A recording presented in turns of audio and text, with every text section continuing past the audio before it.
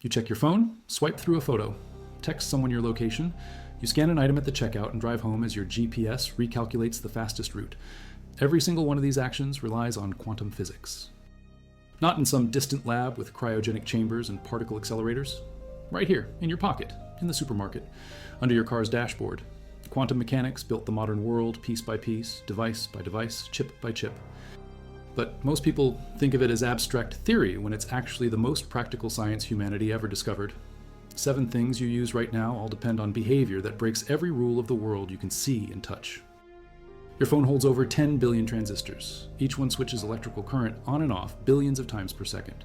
Without quantum physics, there would be no transistor. Without transistors, there would be no computer, no smartphone, no internet. Zero. The transistor was born at Bell Labs in 1947, when John Bardeen, Walter Brattain, and William Shockley were hunting for a solid-state replacement for fragile vacuum tubes. They succeeded by understanding semiconductors through quantum band theory.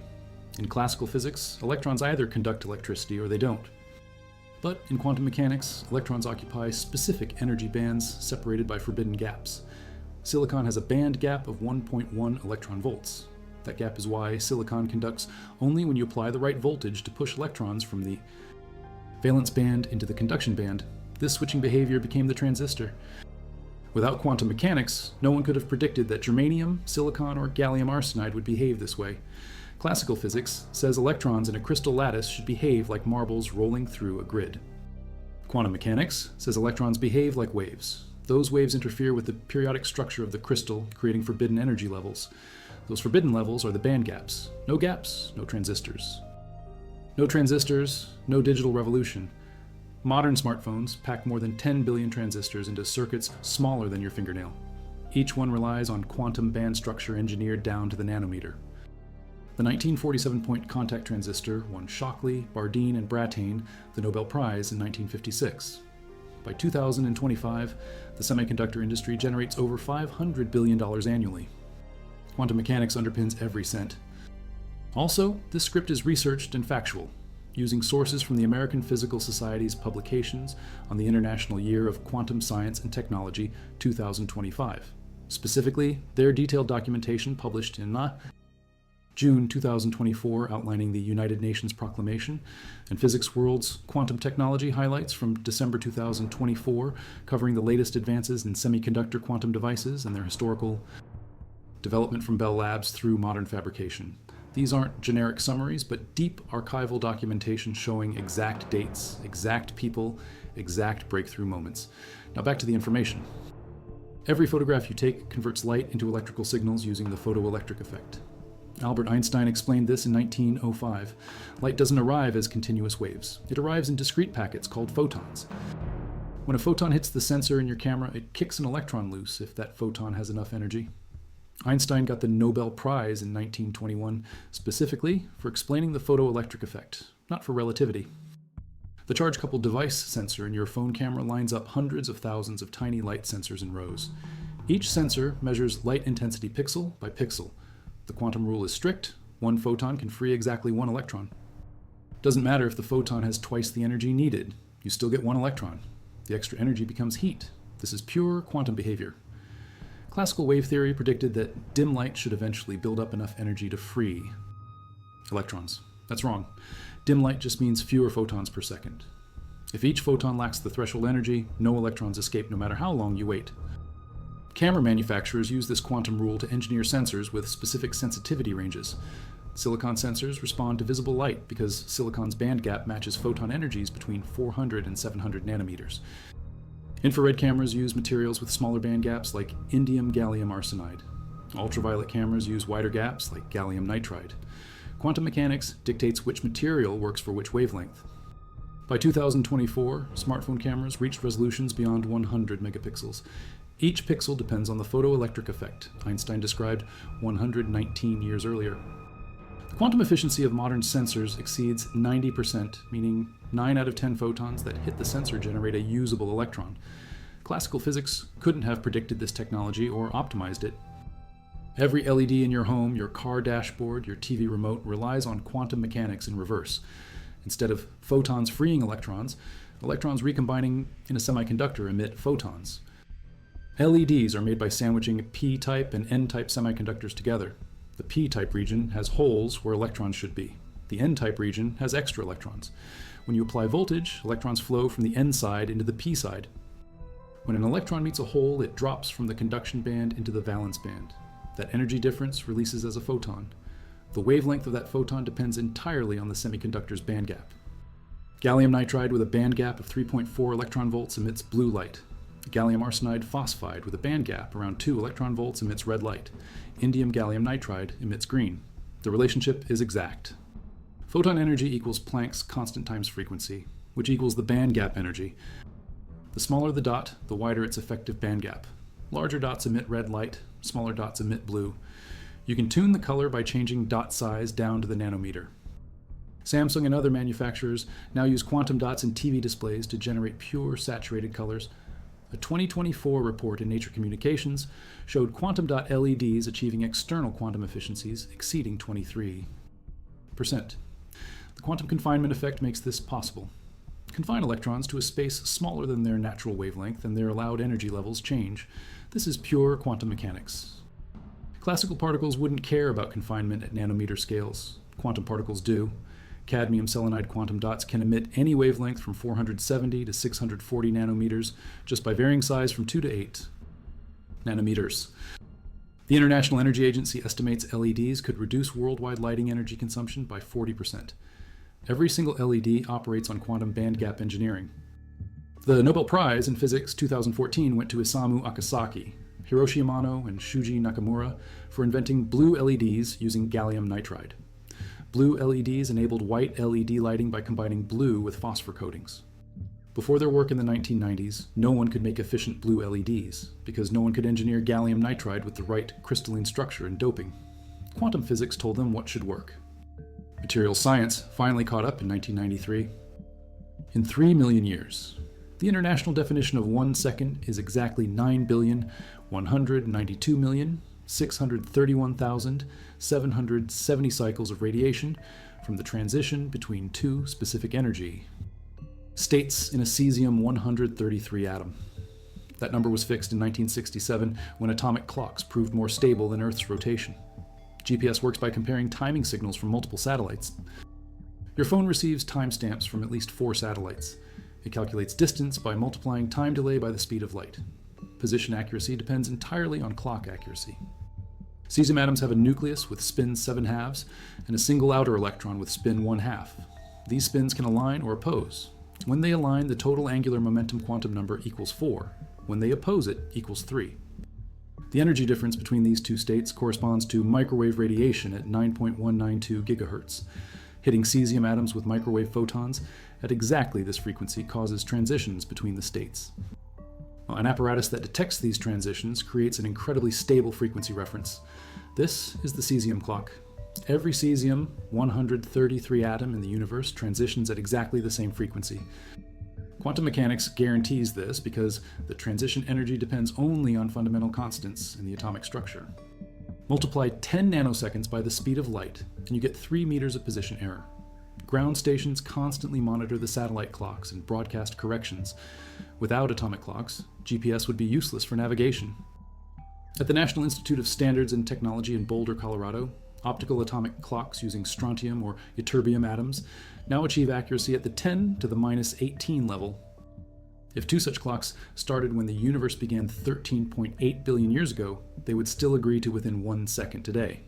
These clocks tick at hundreds of terahertz, over 10,000 times faster than cesium. NIST's quantum logic clock reported in 2019 achieved frequency uncertainty of 9.4 times 10 to the minus 19. The scientific community expects the international second to be redefined using optical clocks by 2030. Or 2034. GPS and all global navigation systems depend on quantum atomic transitions, keeping perfect time. This script uses factual sources from NIST's official publications on atomic clock mechanisms from October 2024, explaining cesium transition frequencies, the National Academy's press book on GPS and atomic clocks, documenting the 9,192,000,000 cycle standard set in 1967, and the June 2025 International Optical Clock Comparison, reported across 6 countries, marking progress toward redefining the second. These are primary institutional sources with exact quantum numbers, exact frequencies, exact dates. Now back to the information. MRI machines don't use ionizing radiation like X-rays. Instead, they exploit the magnetic properties of hydrogen nuclei. The hydrogen nucleus is a single proton. That proton has quantum spin 1/2. Spin generates a magnetic moment like a tiny bar magnet. In your body's water molecules, hydrogen atoms point in random directions. Their magnetic moments cancel out.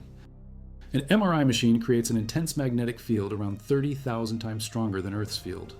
This field forces all the protons to align either parallel or anti-parallel to the field.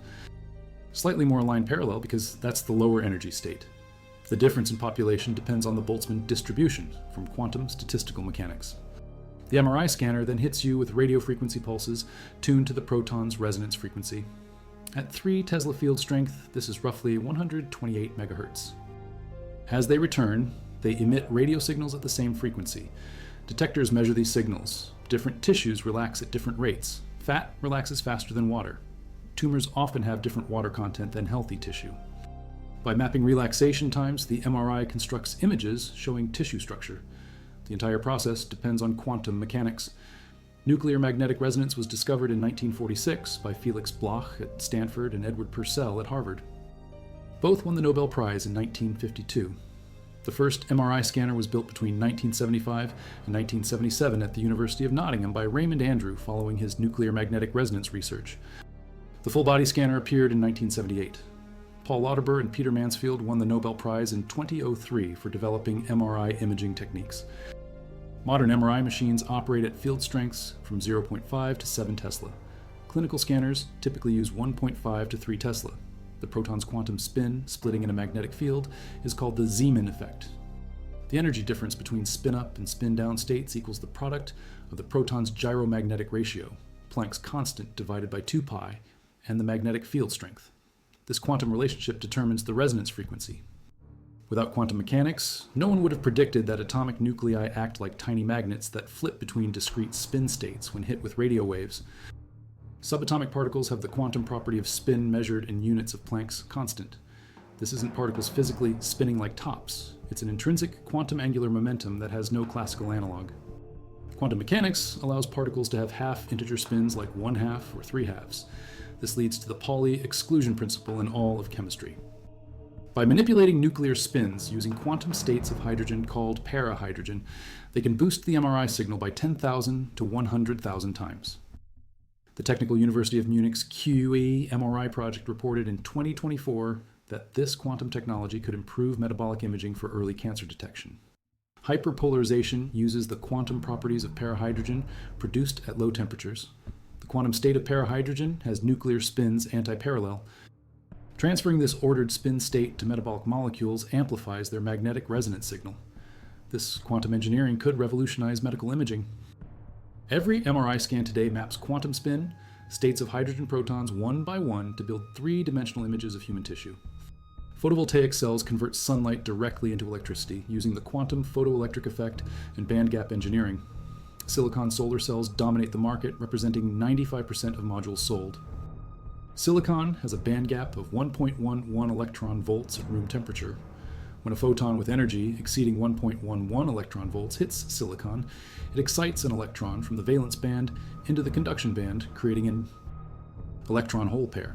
The electron can flow through an external circuit, generating electrical current. If the photon has less than 1.11 electron volts, the silicon won't absorb it. If the photon has more energy than the gap, say 2 electron volts, only 1.11 electron volts goes into creating the electron-hole pair. The remaining 0.89 electron volts becomes waste heat. This quantum limitation sets the theoretical maximum efficiency for single-junction solar cells. The Shockley-Queisser limit, calculated in 1961, shows that a single-junction solar cell with optimal bandgap of 1.34. Electron volts can reach at most 33.7% efficiency. Silicon at 1.11 electron volts maxes out near 32%. Practical silicon cells achieve efficiencies around 26%. Multi-junction cells bypass this limit by stacking semiconductors with different band gaps. Each layer absorbs different parts of the solar spectrum. Tandem cells using perovskites or gallium arsenide can exceed 40% efficiency. Quantum dots offer another route. Quantum dot solar cells use nanocrystals with size-tunable band gaps. cadmium selenide, quantum dots can be engineered to absorb infrared light, missed by conventional silicon. The solar photovoltaic industry generated over 200 gigawatts of installed capacity in the United States by 2024. Silicon solar cells work because quantum band theory explains how semiconductors absorb photons and generate current. Without understanding band gaps, engineers couldn't optimize cell design. The band gap determines which wavelengths get absorbed and which pass through. Engineers pattern silicon surfaces into pyramids to minimize reflection. They add anti-reflective coatings. They optimize doping profiles. But the fundamental quantum limit of 33% efficiency for single junction cells can't be beaten without changing the basic physics. That's why researchers engineer tandem cells and quantum dot structures to harvest more of the solar spectrum. In 2024, solar energy costs dropped to 60 cents per watt, down from $76 in 1977. The quantum mechanics of photon absorption in semiconductors drives this entire industry. When a photon excites an electron across the band gap, the electron and hole must be separated before they recombine. The p-n junction creates an electric field that sweeps electrons one direction and holes the other direction. The separation generates voltage. The quantum photoelectric effect discovered by Einstein in 1905 plus the band gap. Engineering enabled by quantum semiconductor physics makes solar panels possible. Every photon absorbed generates one electron-hole pair, no more, no less. This quantum rule defines how solar cells work and how efficient they can become. Perovskite solar cells achieved 25% efficiency by 2020 using quantum-engineered band gaps near 1.55 electron volts optimized for the solar spectrum. Number 7. Your USB drive. Every USB flash drive, solid-state drive, and memory card stores data using quantum tunneling. NAND flash memory is the foundation. The memory cell is a modified transistor with a floating gate buried between the transistor channel and the controls. Gate. That floating gate stores charge. Electrons trapped on the floating gate represent a 1. No electrons represent a 0. The floating gate is surrounded by insulating silicon dioxide. Classically, electrons can't cross an insulator because the energy barrier is too high. But quantum mechanics allows tunneling. The electron isn't a particle at a fixed location. It's described by a wave function that extends through space. When that wave function encounters the insulating barrier, it doesn't drop to 0 instantly. It decays exponentially into the barrier. If the barrier is thin enough, around 7 to 10 nanometers, the wave function extends through to the other side. There's a non-zero probability the electron appears beyond the barrier. Electrons tunnel through the insulating oxide onto the floating gate. The Fowler-Nordheim tunneling equation from 1928 describes the current. The tunneling probability drops exponentially with barrier thickness and height. Writing happens in milliseconds. To erase data, the voltage polarity reverses. Electrons tunnel back off the floating gate to the channel. Reading involves checking if the floating gate is charged. Charged gates shift the transistor's threshold voltage. The memory controller measures this shift to determine if the bit stores A1 or 0. The entire read-write-erase cycle depends on quantum tunneling that was discovered in 1920. 7. To explain molecular spectra and alpha particle emission from radioactive nuclei. Dawen Kong and Simon C. at Bell Labs demonstrated the floating gate concept in 1967, showing electrons tunneling through thin silicon dioxide using the Fowler-Nordheim equation. In 1988, Fujio Masuoka at Toshiba invented NAND flash memory. NAND arrays pack billions of memory cells on a single chip.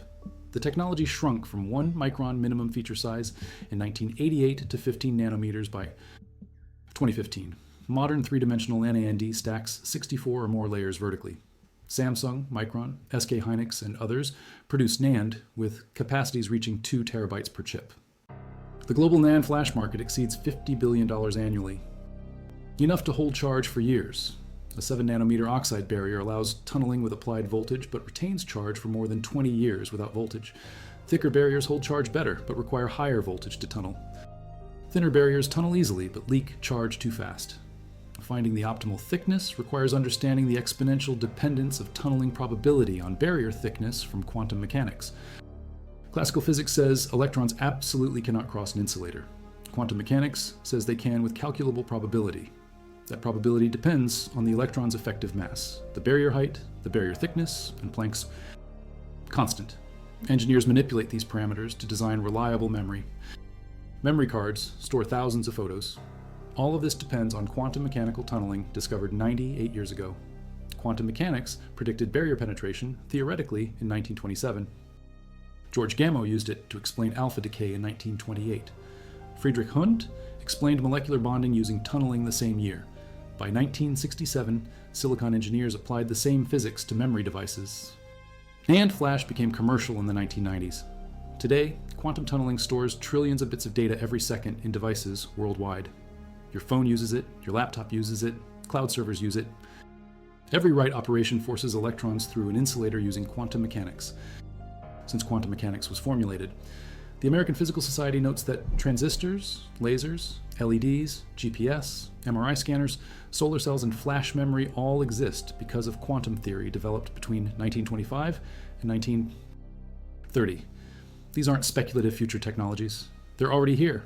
Over 10 billion transistors in your phone, 4 atomic clocks in each GPS satellite, quantum dot displays producing colors purer than any previous technology. MRI machines mapping quantum spins in living tissue. Flash memory tunneling electrons across barriers at nanometer scales billions of times per second. Solar cells engineered using band gaps calculated from Schrödinger's equation. Everyone depends on quantum mechanics being correct. China, Canada, Australia, Japan, and the UK all fund quantum research. But the first quantum revolution already happened. It happened in 1947 with the transistor, in 1962 with the LED, in 1974 with barcode scanning lasers, in 1978 with the MRI scanner, in 1988 with NAND flash memory. McKinsey reported in June 2025 that quantum computing companies generated between $650 and $750 million revenue in 2024 and expect to surpass $1 billion in 2025. But quantum mechanics already generates over $500 billion annually just from semiconductors. Add solar panels, medical imaging, GPS systems, LED lighting, and data storage, the total economic impact exceeds trillions. Classical physics couldn't have predicted any of this. The photoelectric effect contradicted wave theory until Einstein introduced photons. Atomic spectra made no sense until Bohr and others quantized angular momentum. Chemical bonds defied explanation until Heitler in London applied quantum mechanics in 1927. The transistor seemed impossible until band theory from Bloch, Wilson, and others in the 1930s explained semiconductors. Every technology described in this script relies on quantum effects that violate classical intuition. Particles behave like waves. Waves behave like particles. Electrons occupy discrete energy levels. Photons come in quanta. Tunneling lets particles penetrate barriers they shouldn't cross. Spin gives particles magnetic moments they shouldn't have. None of this makes intuitive sense. All of it works. Quantum mechanics is the most successful scientific theory ever measured by the accuracy of its predictions and the economic value of its applications.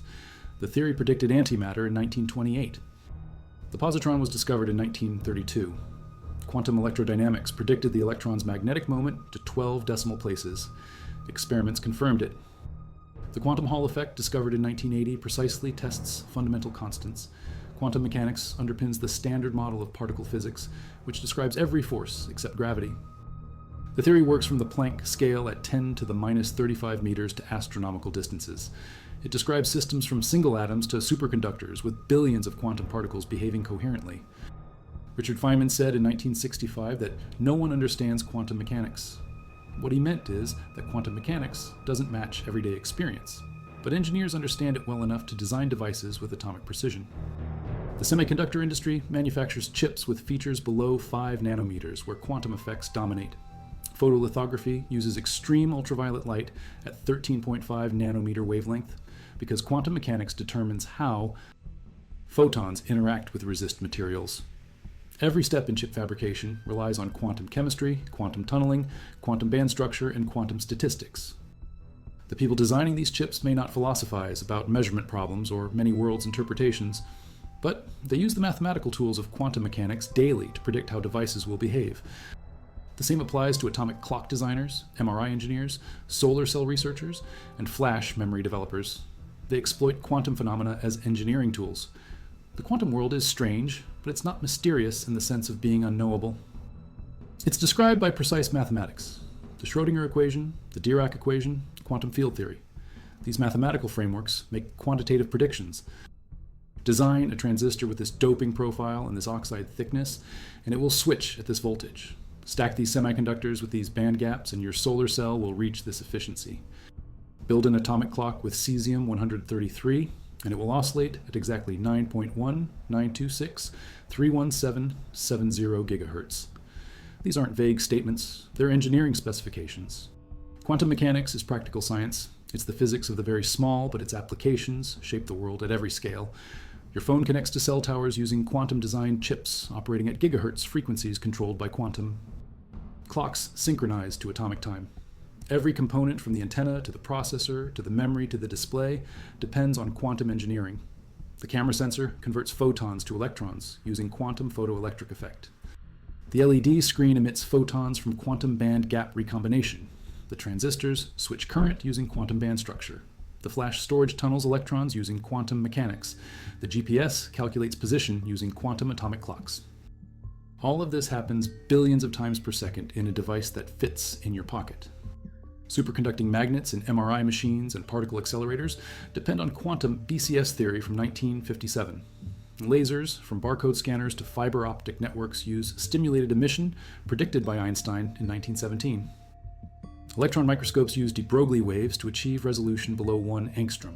Quantum chemistry software predicts molecular properties for drug design. Nuclear magnetic resonance spectroscopy identifies chemical compounds. Photomultiplier tubes in medical imaging detect single photons using the photoelectric effect. Josephson junctions define voltage standards using quantum phase coherence. The list goes on. The quantum technologies being developed, now quantum computers, quantum communication networks, quantum sensors, will add to this foundation. But they're not replacing classical quantum applications, they're extending them. Quantum computers will someday factor large numbers and simulate molecules, but they'll still be built from components that work because of band gaps, tunneling, and photoelectric effects. Quantum networks will send cryptographic keys using entangled photons, but those photons will travel through fiber optics, using lasers and detectors based on the same quantum mechanics that powers your phone. The second quantum revolution builds on the first. Both depend on the theory developed between 1925 and 1935. Semiconductors in phones and computers operate using quantum mechanics, that atomic clocks keeping internet time rely on quantum transitions, and that MRI machines exploit quantum nuclear spin. These aren't future promises, they're present realities. Physics World's December 2024 report on quantum breakthroughs noted that the Nobel Prize in Physics 2025 recognized superconducting quantum circuits that underpin both quantum computers and quantum sensors. The technology already permeates daily life. Every LED light-saving energy, every GPS satellite triangulating position, every transistor processing data, every solar panel generating power. A report from Nature in June 2024 showed researchers achieved quantum dot LED efficiencies exceeding 23% using inkjet printed layers. McKinsey's Quantum Technology Monitor from June 2025 documented that quantum investments surged with governments announcing over $10 billion in funding in just the first months of 2025. Japan committed $7.4 billion. Spain committed $900 million. Illinois announced $500 million for a quantum park. Singapore invested $222 million. But the quantum technologies being funded now aren't starting from zero. They're built on 7 decades of quantum engineering that already transformed civilization. LEDs enabled efficient lighting, solar cells enabled renewable energy, MRI enabled non-invasive medical imaging, flash memory enabled mobile computing, atomic clocks enabled synchronized communication networks. Everyone depends on quantum mechanics discovered before 1935 and applied to engineering between 1940 and 2000. The first quantum revolution wasn't announced with press releases. It happened device by device, breakthrough by breakthrough, invention by invention across multiple decades as scientists and engineers learned to manipulate quantum phenomena with precision. In 1967, when the second was redefined using cesium transitions, nobody called it a quantum revolution. It was just better timekeeping. In 1974, when the first barcode scanner used a helium neon laser at a Marsh supermarket in Troy, Ohio, nobody called it quantum technology. It was just faster checkout. When Nick Holonyak made the first practical LED in 1962, he was solving an engineering problem. When Fujio Masuoka invented NAND flash in 1988, he was improving memory density. When Raymond Andrew built the first MRI scanner in 1977, he was applying nuclear magnetic resonance to medical imaging. None of these inventors marketed their work as quantum technology. They just used quantum mechanics to solve problems. It's the most useful theory physics ever produced. It explains chemistry, material science, electrical engineering, photonics, atomic physics, nuclear physics, and most of solid-state physics. It provides the mathematical tools to design devices that work exactly as predicted. It enables technologies that create trillions of dollars in economic value. And most people using those technologies never think about the quantum mechanics that makes them possible. They just want their phone to work, their GPS to navigate, their photos to save, their medical scans to be accurate. Quantum mechanics delivers all of that, not through magic, through mathematics, through understanding that particles have wave properties, that energy comes in quanta, that electrons occupy discrete states, that photons obey specific rules, that tunneling happens with calculable probability. These aren't philosophical musings, they're engineering facts. The wave function isn't a metaphor, it's a mathematical function that predicts measurement outcomes. The Schrödinger equation isn't interpretation, it's a differential equation that you solve to find allowed energy levels. Quantum mechanics works, that's why your phone works, that's why your GPS works. That's why your camera, your LED lights, your USB drive, your solar panels, and your MRI scans all work. But the real celebration happens every time you check your phone, every time you scan an item at a store, every time you navigate with GPS, every time you take a photo or watch an LED screen or charge your electric vehicle with solar power or get an MRI scan or save a file to flash memory. You're celebrating quantum mechanics. You're using technology that couldn't exist without understanding the quantum world. On June 26, 1974, Sharon Buchanan scanned the first barcode at a Marsh supermarket in Troy, Ohio. The item was a pack of Wrigley's Juicy Fruit chewing gum. That scanner used a helium neon laser producing coherent red light at 633 nanometers. Lasers work through stimulated emission. Einstein predicted this in 1917. When a photon of exactly the right energy hits an atom in an excited state, it stimulates that atom to emit a second photon identical to the first. Same wavelength, same direction, same phase. This cascades through the laser medium, producing intense, coherent light. The word laser stands for light amplification by stimulated emission of radiation. Every step depends on quantum mechanics, the discrete atomic energy levels, the probability of stimulated emission versus spontaneous emission, the population inversion needed to maintain the lasing process. Charles Townes and Arthur Schawlow received the Nobel Prize in 1964 for laser theory developed in the 1950s. Townes had earlier invented the masser in 1954 using microwave stimulated emission. Laser diodes used in modern barcode scanners, fiber optics, CD players, and laser pointers all use semiconductor quantum mechanics. Gallium arsenide or indium gallium arsenide produces infrared light. Gallium nitride produces blue or violet light. The same bandgap physics that runs transistors and LEDs also creates laser light when electrons and holes recombine in a resonant optical cavity. Today, barcode scanners read codes at speeds exceeding 1,000 scans per minute. Fiber optic networks transmit data at terabits per second over thousands of kilometers, all using laser light generated by quantum stimulated emission. Most MRI machines use superconducting electromagnets cooled with liquid helium to 4 Kelvin. At this temperature, niobium titanium wire loses all electrical resistance. Current flows without energy loss. This allows magnets generating 3 Tesla fields to run continuously for years. Superconductivity is a purely quantum phenomenon. John Bardeen, Leon Cooper, and Robert Schrieffer explained it in 1957 using quantum theory. Electrons pair up into Cooper pairs that behave as bosons. These pairs condense into a single quantum state, occupying the entire superconductor. Breaking the Cooper pairs requires energy. Below a critical temperature, no thermal energy exists to break them. The paired electrons flow without resistance. This is BCS theory, named after the 3 physicists who shared the 1972 Nobel Prize. Bez nadprzewodzących magnesów, maszyny do rezonansu magnetycznego potrzebowałyby olbrzymich ilości energii elektrycznej do utrzymania pól magnetycznych. Magnesy generowałyby potężne ciepło. Kliniczny rezonans magnetyczny byłby niepraktyczny. Technologia nadprzewodnictwa, umożliwiona przez mechanikę kwantową, sprawiła, że rezonans magnetyczny stał się przystępny i powszechny. Rocznie na całym świecie wykonuje się ponad 100 milionów skanów rezonansu magnetycznego. Każdy z nich zależy od kwantowego nadprzewodnictwa, utrzymującego stabilne pola magnetyczne mierzone w teslach. Magnesy muszą być niezwykle stabilne. Wahania pola, nawet rzędu kilku części na milion, pogarszają jakość obrazu. Cewki nadprzewodzące osiągają stabilność lepszą niż 1 część na milion przez wiele godzin. Ta precyzja wynika z kwantowej makroskopowej koherencji stanu nadprzewodzącego, gdzie miliardy par Coopera działają jako jeden kwantowy byt. Fizyka kwantowa półprzewodników wykracza poza tranzystory i diody LED. Każdy układ scalony opiera się na precyzyjnej kontroli domieszkowania. Krzem jest domieszkowany borem, aby stworzyć materiał typu P lub fosforem, aby stworzyć materiał typu N. Mechanika kwantowa atomów zanieczyszczeń w sieci krystalicznej decyduje o tym, jak zachowują się te domieszki.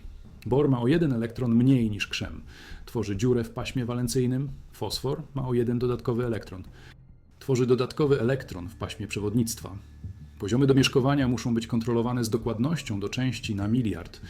Nowoczesne odlewnie wykorzystują implantację jonową do umieszczania dokładnej liczby atomów domieszki na określonych głębokościach. Mechanika kwantowa przewiduje, jak głęboko domieszki dyfundują, jak aktywują się podczas wyżerzania i jak wpływają na strukturę pasmową. Mechanika kwantowa rządzi również tym, jak światło oddziałuje z półprzewodnikami w ogniwach słonecznych. Kiedy foton zostaje zaabsorbowany, tworzy ekscyton, związaną parę elektron-dziura. Ekscyton musi się rozdzielić, zanim elektron i dziura się zrekombinują. Energia wiązania ekscytonu zależy od stałej dielektrycznej materiału i mas efektywnych elektronu i dziury. W krzemie energia wiązania ekscytonu wynosi zaledwie 14 milielektronowoltów.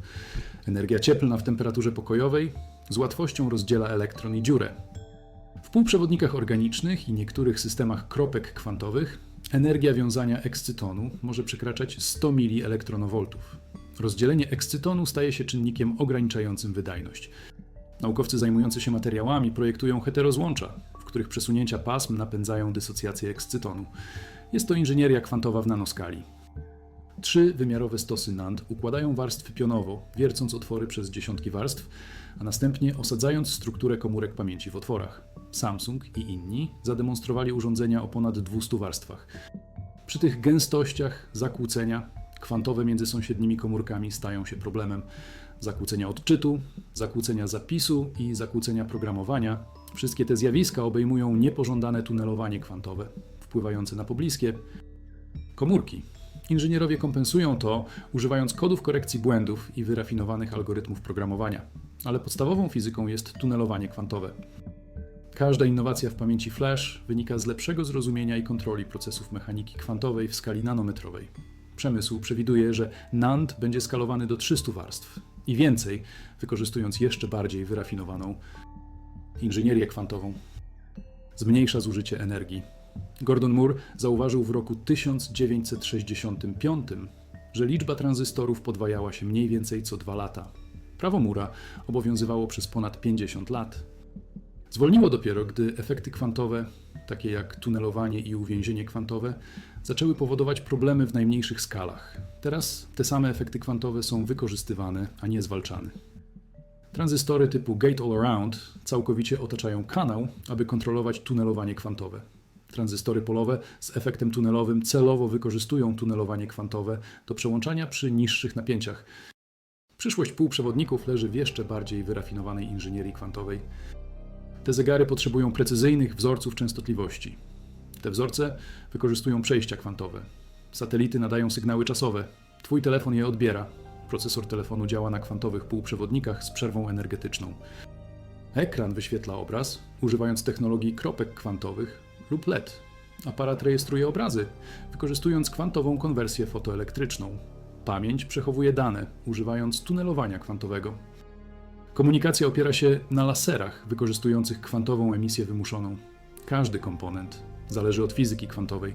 Cały system wyłania się ze zrozumienia, jak cząstki zachowują się w skali atomowej. 7 rzeczy, których używasz w tej chwili, a wszystkie są zasilane przez najdziwniejszą, najbardziej sprzeczną z intuicją, najbardziej gruntownie przetestowaną teorię naukową, jaką kiedykolwiek odkryła ludzkość. To nie jest technologia przyszłości. To jest dzisiaj, w tej chwili, w twojej kieszeni.